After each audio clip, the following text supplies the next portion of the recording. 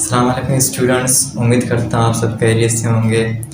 इससे पहले हमारा जो टॉपिक था वो था मल्टीप्लिकेशन ऑफ वेक्टर का पहला तरीका, जो हमारे पास स्केलर प्रोडक्ट था। स्केलर प्रोडक्ट में हमने क्या किया था, दो वेक्टर को लिया था, उसको मल्टीप्लाई करके जो जवाब आया था वो हमारे पास एक स्केलर क्वांटिटी आया था। सही है। आज हम मल्टीप्लिकेशन ऑफ वेक्टर के दूसरे तरीके, जिसका नाम है वेक्टर प्रोडक्ट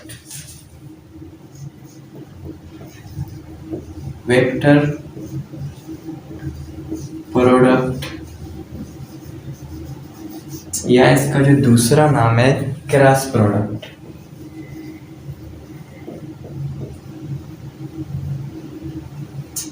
ये भी एक तरीका है दो वेक्टर्स को मल्टीप्लाई करने का। चलिए इसमें हम क्या करेंगे, इसमें हम दो वेक्टर्स को लेंगे। चलिए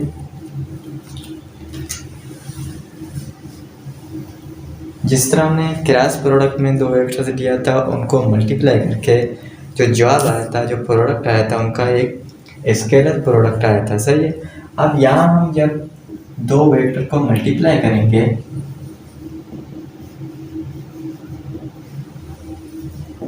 multiplication of two vectors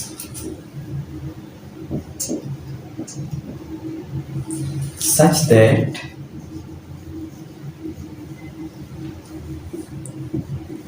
their product is a vector। सही है। वेक्टर प्रोडक्ट में या क्रॉस प्रोडक्ट में जब हम दो वेक्टर्स को लेंगे, उनको मल्टीप्लाई करेंगे, हमारे पास जो जवाब आएगा वो भी एक वेक्टर क्वांटिटी होगा। इस तरीके के मल्टीप्लिकेशन को या वेक्टर को प्रोडक्ट करने का जो तरीका है, हम उनको वेक्टर प्रोडक्ट या क्रॉस प्रोडक्ट कहेंगे।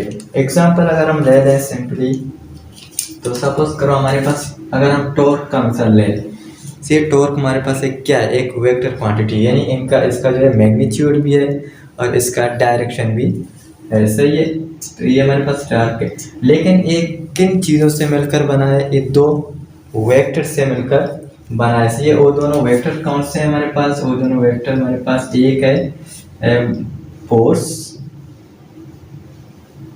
Into moment are.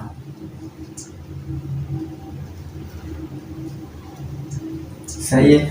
हमारे पास यहाँ एक फोर्स, ये भी एक वेक्टर है, और ये मोमेंट आर, ये भी एक वेक्टर है। यानी दो वेक्टर मिलकर जिनका जवाब क्या है, टॉर्क है। टॉर्क भी एक क्या है, वेक्टर क्वांटिटी है। तो इस तरीके के जो प्रोडक्ट है, इसको हम वेक्टर प्रोडक्ट या क्रॉस प्रोडक्ट कहेंगे। तो ये अब आइए हम इसको मैथमेटिकली कैसे सोल्व करेंगे, तो वो देखेंगे। सपोज करो हमारे पास दो वेक्टर है, एक वेक्टर जिसका नाम लेंगे ए, सही, दूसरा वेक्टर जिसका नाम लेंगे वेक्टर बी, और उनके दरमियान जो एंगल है उसको हम लेंगे थीटा।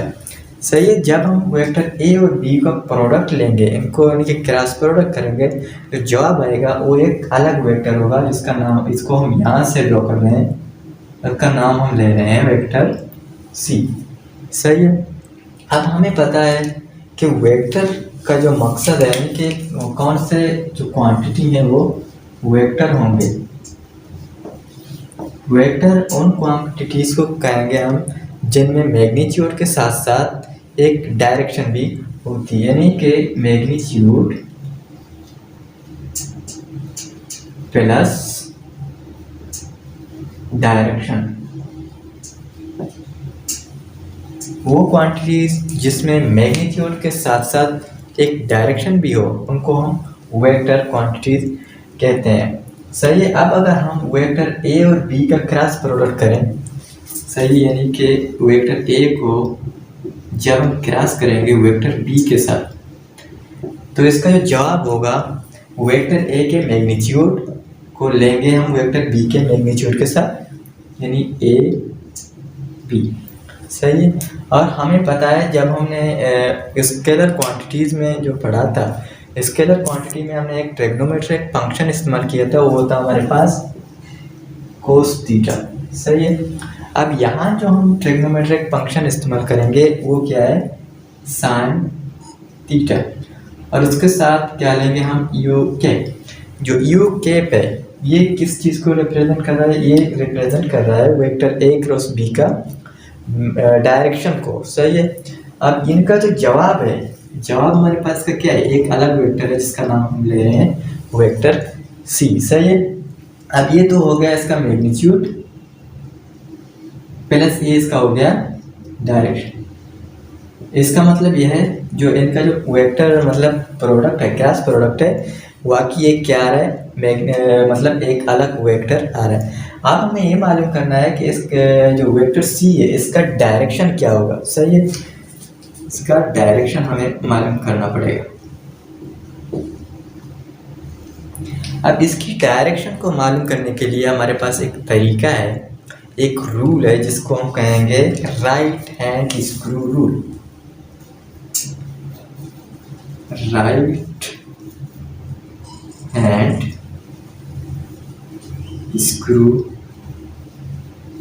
रूल।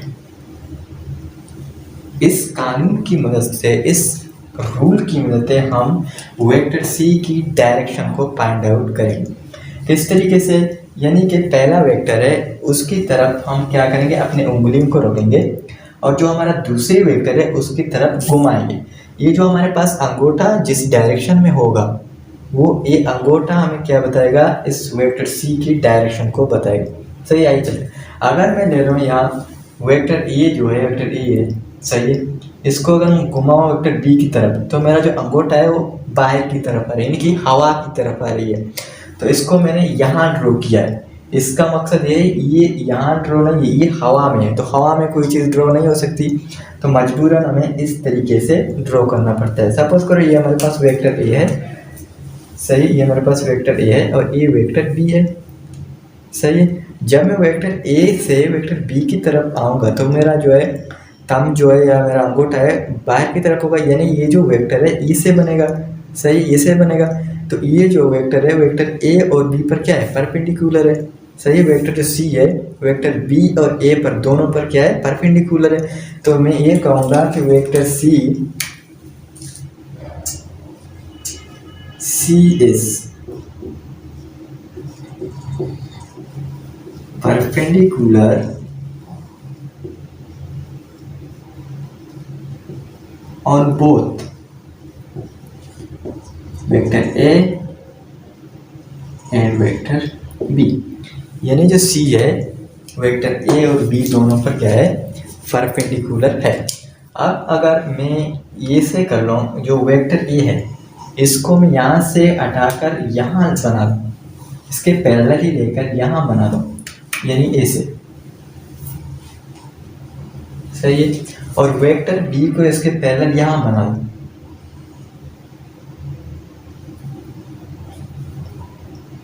यहाँ में बना दूँ, तो ये क्या बन रहा है, एक पैरेलल बना रहे हैं, यानी वेक्टर ए और बी का एक पैरेलल बन रहा है। तो मैं ये भी कह सकता हूँ कि वेक्टर जो सी है परपेंडिकुलर है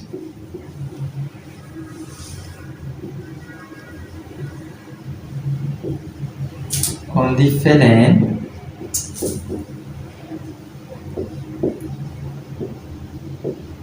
formed by vector A and vector B। सही है। मैं ये भी कह सकता हूँ कि वेक्टर C है, ये पहले बात है कि वेक्टर A और B दोनों पर परपेंडिकुलर है। सही, वेक्टर C। अब इन दोनों का जो है एक पैरेलल भी बन गया, हमने बना दिया।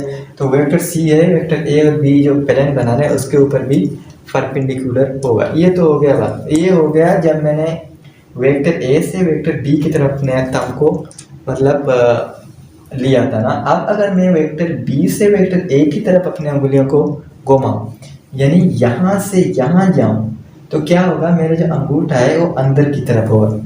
सही है। तो इसका मतलब ये है, ये अगर ये मेरा वेक्टर ए है और ये वेक्टर बी है, अगर मैं वेक्टर बी से वेक्टर ए की तरफ आ जाऊं तो मेरा जो वेक्टर सी है वो नीचे की तरफ बनेगा, यानी यहाँ बनेगा। सही है। तो यहाँ किस तरीके से बना होगा, यहाँ में यहाँ मतलब ये से बनेगा, नीचे बनेगा। सही है।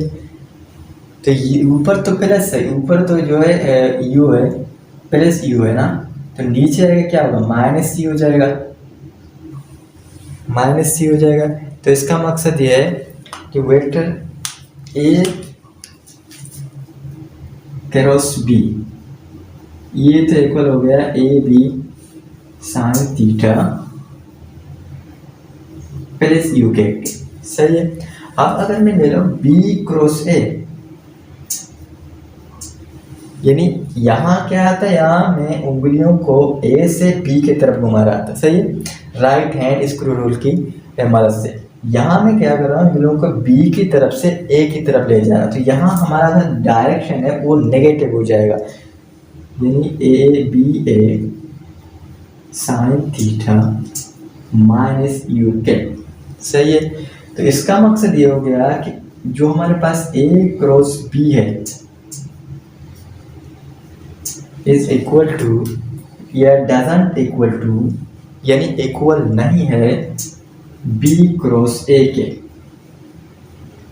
क्यों इक्वल नहीं है, इसलिए इक्वल नहीं है कि अगर मैं बी क्रॉस ए कर लूँ तो डायरेक्शन है वो नीचे की तरफ हो रही है, यानी डायरेक्शन में तब्दीली आ रही है, सही है। इस अगर मैं यहाँ ले लूँ A cross B is not equal to B cross A, तो यहाँ से हमारे पास एक बात आती है कि वेक्टर प्रोडक्ट या क्रॉस प्रोडक्ट जो हमारे पास है वो कम्यूटेटिव लॉ को ओबे नहीं करती, यानी उसको नहीं मानती।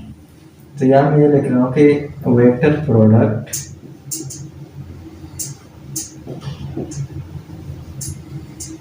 Is not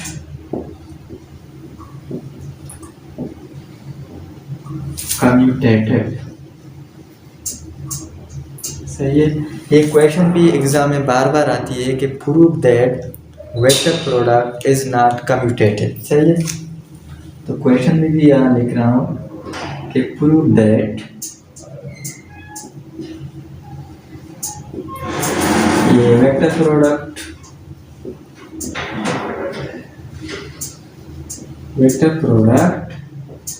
is not commutative. अगर एग्जाम में ये क्वेश्चन आ जाए तो आप लोगों को ये सारे कहानी करने पड़ेंगे। उम्मीद करता हूँ आज का लेक्चर आप लोगों को समझ आई होगी। शुक्रिया।